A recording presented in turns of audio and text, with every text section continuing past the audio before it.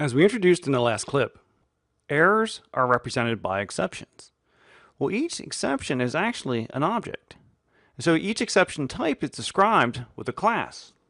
Now, as with all classes, the root of the class hierarchy for exceptions is the object class.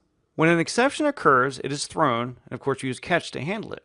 Well, in order for a class to be able to be thrown, it has to inherit from the base class throwable. Now, one of the classes that inherits from throwable is the class error. And there are a number of classes that in turn inherit from error, but any error that occurs that inherits from this class error is generally one we don't have to think about too much in our code, because it generally represents some kind of problem directly inside the Java virtual machine. So because of that, we don't really handle those very often. An example of one of these might be like a linkage error. A linkage error occurs when you try to load a class and it's not able to load that class up for some reason. Now, the errors that we tend to interact with much more inherit from a class exception. Now, one key class that inherits from exception is the class runtime exception. And there are many other classes that in turn inherit from runtime exception. Generally speaking, those classes that inherit from runtime exception represent errors in your program. Not always, but very commonly. An example of one of those might be a null pointer exception. So you're actually trying to use a reference variable that you've never assigned to. So that's kind of a programming error. We'll see, though, that there are times that you do want to handle certain runtime exceptions.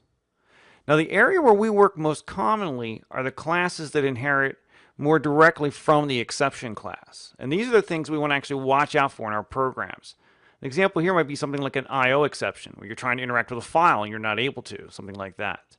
Now, these exceptions on this side here are so important that we actually handle them correctly. They're considered checked exceptions. And a checked exception means that the compiler actually looks, and anytime one of these exceptions is thrown, the compiler looks to see if you actually handle it. If you do not handle a checked exception, the compiler will raise an error. In other words, it won't let you build your program. So you have to handle all checked exceptions. Now, the exceptions here under a runtime exception are considered unchecked exceptions, meaning that you can handle them, but the compiler doesn't require that you do. So even if the compiler knows that it's possible for that exception to be thrown, if you don't handle it, it's not going to raise an error. The way you can tell a unchecked exception from a checked exception, any exception class that inherits from runtime exception is considered an unchecked exception. Any class that inherits from exception but not runtime exception is considered a checked exception. Now, the virtual machine related errors, those are treated as unchecked exceptions. In other words, the compiler does not require that you handle those. Now, with exceptions being typed, what that means is that in our code, we can actually handle exceptions by type. So when we have our try statement, we can have multiple catch blocks with each catch block handling a different type of exception. When an exception occurs, the Java environment will start testing your catch blocks starting at the top and walking down each one. The first catch block that it encounters that is assignable for this exception is used. And what we mean by assignable is that the catch block handles an exception that is either the type of the exception thrown or the base class of the type of exception thrown.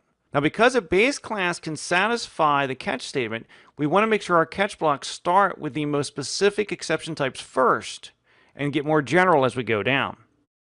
Now, to see this in action, let's take a look at the code we wrote in the last clip. And remember that what we do here is that we're reading data from a file, and then we're simply totaling it up. But in order to do that, we have to open the file, we have to read each line in the file, we have to convert each line from a string into a numeric value. Right, so there's a number of things that can go on there. Let's focus in on the catch statement itself here. So let's go ahead and just kind of move the constants of the try and the finally out of our way so we can see the catch statement. Now, right here, we catch exception, but that's a very general handling. Remember, we said that one of the things that might happen is that if there's bad data in the file, we try to convert it to a number, that could throw an exception. And that actually throws a number format exception. So we want to handle that guy. So I'll go ahead and add a catch in for number format exception. Now, of course, the problem here is that because number format exception inherits from exception, we'll never reach the catch block for number format exception.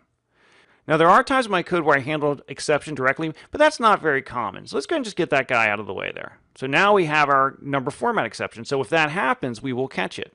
But of course, we won't catch any other exceptions. All right, so let's go ahead and just move that up a little bit.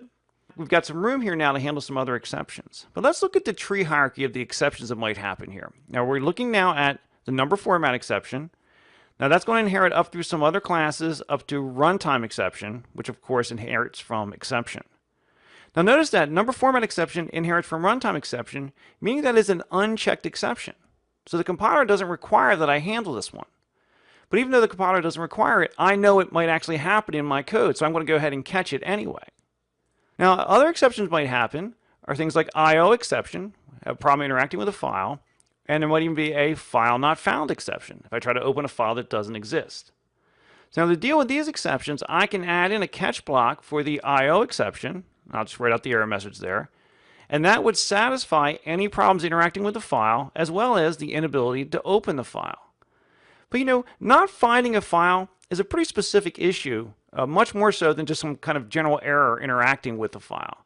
So in this case, I want to go ahead and handle file not found exception in addition to I/O exception. Now the important thing is that I put that before the I/O exception. So in that case, when I encounter a file not found, I can just write out the fact that, hey, that file wasn't there, as opposed to a general file issue message.